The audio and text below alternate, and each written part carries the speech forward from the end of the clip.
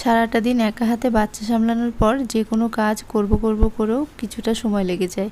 এই যে বোতলগুলো ধোবো করেও কয়েকটা দিন লেট হয়ে গেল। সকালবেলা আমি গরম জল করে তার মধ্যে একটু খাবার সোডা আর লেবুর রস দিয়ে ভিজিয়ে রেখেছিলাম। এরকম করে ধুয়ে নিলে কিন্তু বোতলটা খুব ভালোভাবে পরিষ্কার হয়ে যায়। আর এখানে কিছুটা জল ফুটিয়ে রেখেছিলাম, শিবাংশকে খাওয়াবো। সকালে ওকে ওটস খাইয়েছিলাম, তারপর আর জল খাওয়ানো হয়নি। এখন যেহেতু 9 মাস কমপ্লিট হয়ে গেছে, তার মধ্যে যেভাবে গরম পড়ছে নিয়ম করে কিন্তু প্রত্যেক দিন জল খাওয়াতে হয়। তো ওকে জল খাওয়ানোর পর চলে এসেছি রান্না করতে। আর আজকে করব চিকেন। মশলা কষিয়ে চিকেনটা সবে দিয়েছি, এখনও কিন্তু কষানো হয়নি। আর এরই মধ্যে আলু ভেজে রাখা হয়েছে। আলু ছাড়া আবার চিকেন আমার খুব একটা ভালো লাগে না। তো দুপুরবেলা শুভ্রর খাবারের থালাটাও সাজিয়ে নিয়েছি।